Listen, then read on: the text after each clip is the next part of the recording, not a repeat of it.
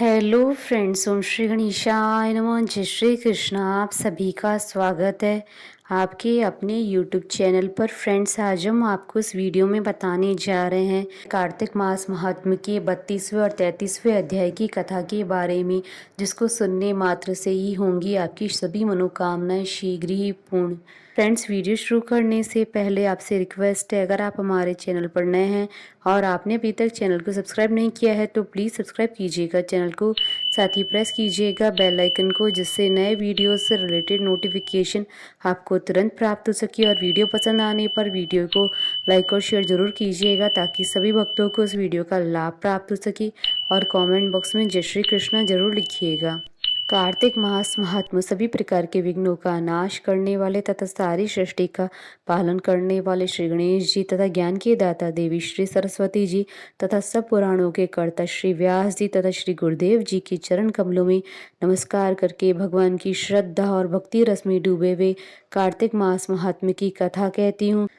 कार्तिक मास महात्म्य 32वां अध्याय प्रारंभ।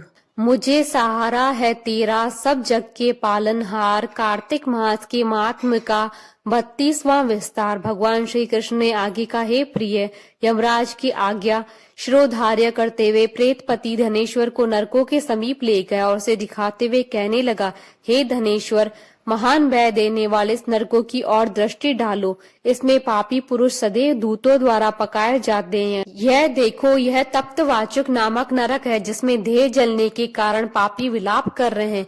जो मनुष्य भोजन के समय भूखों को भोजन नहीं देता, वह बार बार इस नरक में डाले जाते हैं। वह प्राणी जो गुरु, अग्नि, ब्राह्मण, गो, वेद और राजा इनको लात मारता है, वह भयंकर नरक अतिशय पापों के करने पर मिलते हैं। आगे देखो, यह दूसरा नरक है, जिसका नाम अंधता मिश्र है। यह पापियों को सुई की भांति मुख वाले तामोत नामक कीड़े काट रहे हैं। इस नरक में दूसरों का दिल दुखाने वाले पापी गिराए जाते हैं। यह तीसरा नरक है, जिसका नाम क्रकेय है। इस नरक में पापियों को आरे से चीरा जाता है। यह नरक भी असीम मत्रवर्ण आदि भेदों से 6 प्रकार का होता है। इसमें स्त्री तथा पुत्रों के वियोग कराने वाले मनुष्य को कड़ाई में पकाया जाता है। 2 प्रियजनों को दूर कराने वाले मनुष्य भी असीमत्र नामक नरक में तलवार की धार से काटे जाते हैं और कुछ भेड़ियों के डर से भाग जाते हैं। अब अर्गल नामक ये चौथा नरक देखो। इसमें पापी विभिन्न प्रकार से चिल्लाते हुए इधर उधर भाग रहे हैं। ये नरक भी वध आदि भेदों से 6 प्रकार का है। अब तुम 5वां नरक देखो, जिसका नाम कुटशालमली है। इसमें अंगारों की तरह कष्ट देने वाले बड़े बड़े कांटे लगे हैं। यह नरक भी यातना आदि भेदों से 6 प्रकार का है। इस नरक में पर स्त्री गमन करने वाले मनुष्य डाले जाते हैं। अब तुम 6वां नरक देखो। उल्वण नामक नरक में सिर नीचे करके पापियों को लटकाया जाता है। जो लोग भक्ष्य का विचार नहीं करते, दूसरों की निंदा और चुगली करते हैं, वे इस नरक में डाले जाते हैं। दुर्गंध भेद से यह नरक भी 6 प्रकार का है। यह 7वां नरक है, जिसका नाम कुंभी पाक है। यह अत्यंत भयंकर और यह भी 6 प्रकार का है। इसमें महापातकी मनुष्य को पकाया जाता है। इस नरक में सहस्त्रों वर्षों तक यातना भोगनी पड़ती है। यही रौरव नरक है। जो पाप इच्छा रहित किए जाते हैं वह सूखे, और जो पाप इच्छा पूर्वक किए जाते हैं वह पाप आर्द्र कहलाते हैं। इस प्रकार शुष्क और आर्द्र भेदों में ये पाप 2 प्रकार के होते हैं। इसके अलावा और भी जो अलग अलग 84 प्रकार के पाप हैं। पहला अपकीर्ण, दूसरा पांडाकते, तीसरा मलिनीकर्ण, चौथा जाति भ्रंशकर्ण, 5वां उपाय, 6ठा अति पाप, 7वां महापाप। ये 7 प्रकार के पातक हैं। जो मनुष्य जैसा कर्म करता है उसे उन 7 नरकों में उसके पापों के अनुसार पकाया जाता है। क्योंकि तुम्हें कार्तिक व्रत करने वाले प्रभु भक्तों का संसर्ग प्राप्त हुआ है, उससे भी पुण्य की वृद्धि हो जाने के कारण सभी नरक तुम्हारे लिए निश्चय ही नष्ट हो गए हैं। इस प्रकार धनेश्वर को नरकों का दर्शन कराकर प्रेतराज उसे यक्षलोक में ले गए। वहां जाकर उसे वहां का राजा बना दिया। वहीं कुबेर का अनुचर धनक्षय के नाम से प्रसिद्ध हुआ। बाद में महर्षि विश्वामित्र ने उसके नाम पर तीर्थ बनाया था। कार्तिक मास का व्रत महाफल देने वाला है। इसके समतुल्य अन्य कोई दूसरा पुण्य कर्म नहीं है। जो भी मनुष्य इस व्रत को करता है तथा व्रत करने वालों का दर्शन करता है, उसे मोक्ष की प्राप्ति होती है। इति श्री कार्तिक महात्म 32वां अध्याय संपूर्ण। 33वां अध्याय प्रारंभ। दया दृष्टि कर हृदय में भव भक्ति उपजाओ।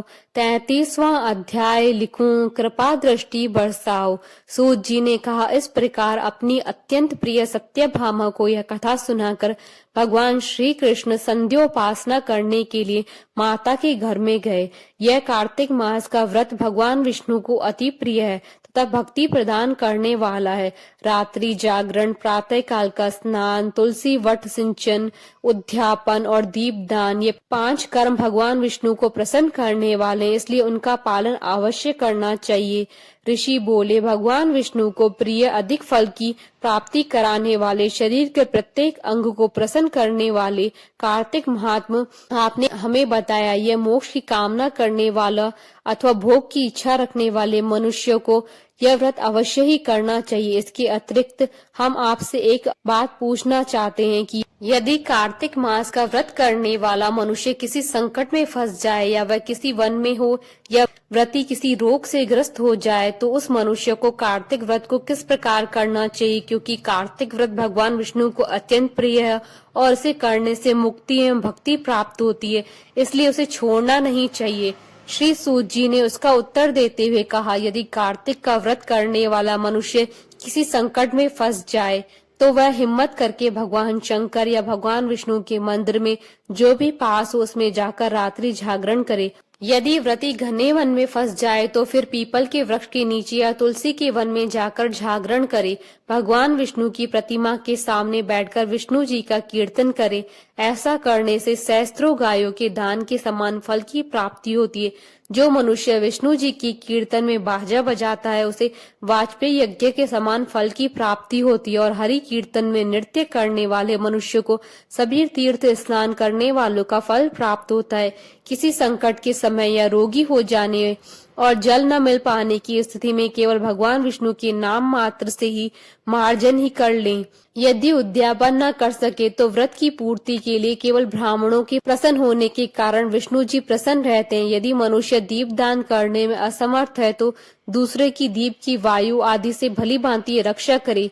यदि तुलसी का पौधा समीप न हो तो वैष्णव ब्राह्मण की पूजा कर ले, क्योंकि भगवान विष्णु सदैव अपने भक्तों के समीप रहते हैं। इन सब के न होने पर कार्तिक का व्रत करने वाला मनुष्य ब्राह्मण, गो, पीपल और वट वृक्ष की श्रद्धा पूर्वक सेवा करे। शौनक आदि ऋषि बोले, आपने गौ तथा ब्राह्मणों के समान पीपल और वट वृक्षों को बताया और सभी वृक्षों में पीपल तथा वट वृक्ष को श्रेष्ठ कहा है, इसका कारण बताइए। सूत जी बोले, पीपल भगवान विष्णु का और वट वृक्ष भगवान शंकर का स्वरूप है। पलाश ब्रह्मा जी के अंश से उत्पन्न हुआ, जो कार्तिक मास में उसके पत्तल में भोजन करता है वह भगवान विष्णु के लोक में जाता है। जो इन वृक्षों की पूजा, सेवा व दर्शन करते हैं उनके सभी पाप नष्ट हो जाते हैं।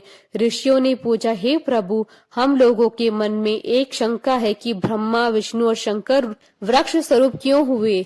कृपया आप हमारी शंका का निवारण कीजिए। सूत जी बोले, प्राचीन काल में भगवान शिव तथा माता पार्वती विहार कर रहे थे। उस समय उनके विहार में विघ्न उपस्थित करने के उद्देश्य से अग्निदेव ब्राह्मण का रूप धारण करके वहां पहुंचे।